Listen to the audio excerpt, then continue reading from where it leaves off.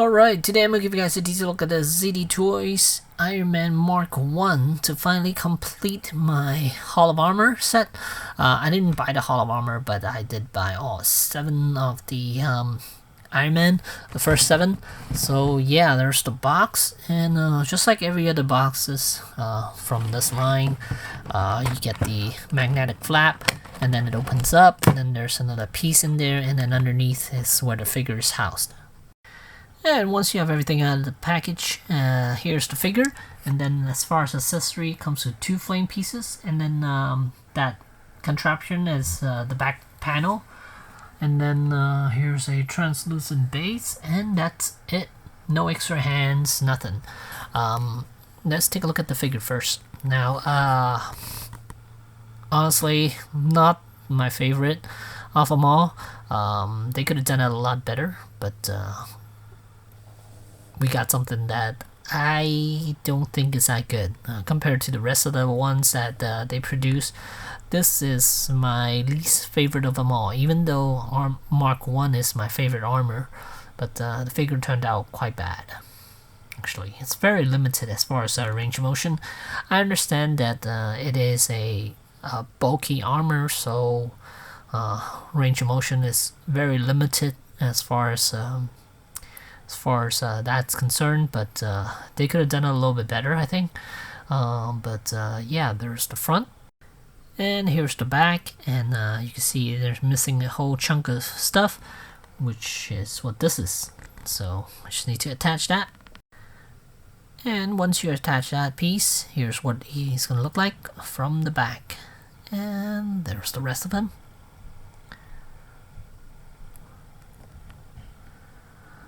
So yeah, let's go over articulation. Alright, so as far as articulation, head, I think is on a ball joint, but you can barely get any movement out of him other than twisting his head left and right. Up down is almost non-existent, and then tilting, nope, nothing. And then as for the shoulders, you could only raise it about that much. Yeah, that's about how high you could raise his arms. Granted that these armor pieces does get in the way. I'm not sure how they could fix that. Maybe if they added a hinge to this piece instead of gluing it down to the arm section, then maybe he could have this piece be over this section here to give him a little more range of motion. But as of right now, yeah, that's as far as his arms could go out. And then so there are no bicep swivel whatsoever. As far as the elbow is concerned, you could bend it about that much, and no swivelness anywhere, so it's just a single hinge that goes up, and that's it. And then wrists, you can't do anything with it at all. Same on this side. Actually, this side is even less as far as range of motion. Yeah, look at this side, he can't even do 45 degrees. This side, he could do almost a little past, well, close to 45, yeah, about 45 degrees.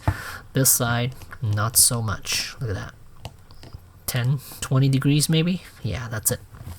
As for the waist, there's no waist movement whatsoever, nothing. As for the legs, let's see, the armor does hinder his range of motion quite a bit. This piece is somewhat flexible, so let's see, I guess I could pull it forward to get his legs up to about 90 degrees right there. Oh, look at that, he could go exactly 90 degrees if you flip this panel forward, which bends it outward a little bit. So it has a ball joint there, and then thigh does have swivel. Let's see, yes, it looks like it does have a swivel joint, a cut joint right here. So I guess you could do it that way.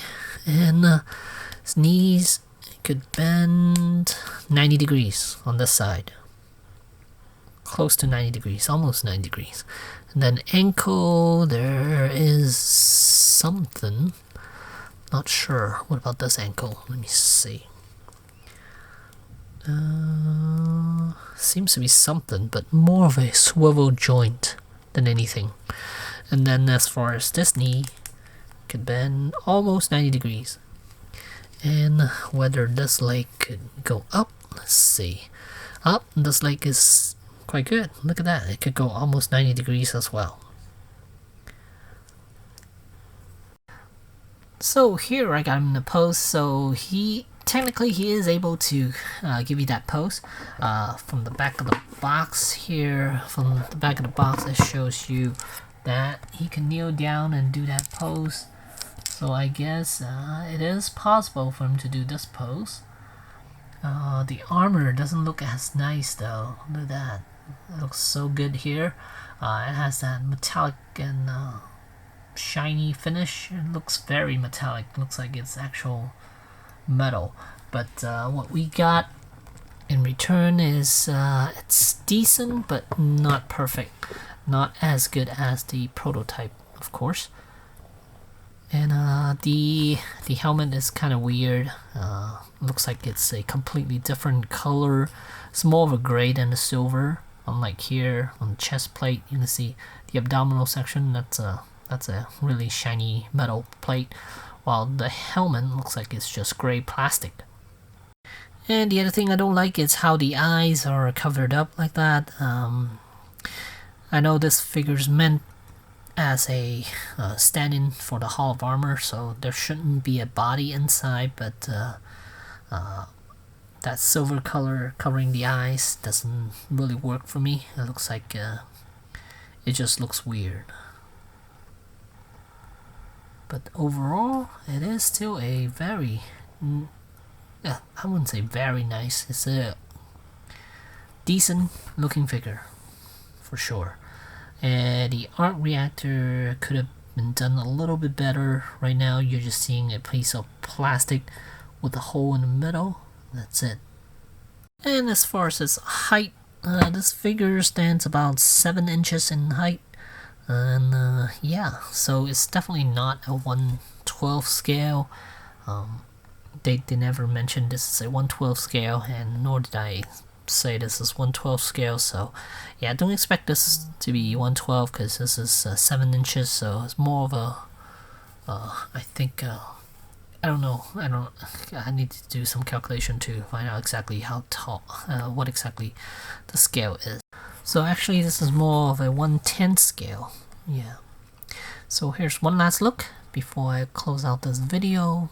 Just show you guys the detailing on this Mark 1 here. A little bit of disappointment with this one. All the other ones were quite good except for this one. So yeah, the paint job could have been a little bit better, I think. And overall, it's a good display piece for the Hall of Armor. I would say that's pretty much it. But if you look at the armor, there's a lot going on here too. So I mean, they did spend a lot of time sculpting this piece here. So yeah, gotta give them that. And yeah, just the paint job could have been a little bit better. And I don't know if they could improve on range of motion. Maybe if there are some swivel joints here and there, maybe one on the elbow, that would help a little bit on each elbow, and then maybe a waist swivel, that would have been nice. I think that's about it as far as improvements is concerned. And this guy's gonna set you back about 38 to 45, somewhere around there, depending on where you purchase it. I got mine from 1/6 Kit, so it was about, I think it was 38 shipped. So yeah, I'm okay with that price for something like this. And so there you go, there's my Mark 1 from ZD Toys, and thanks for watching.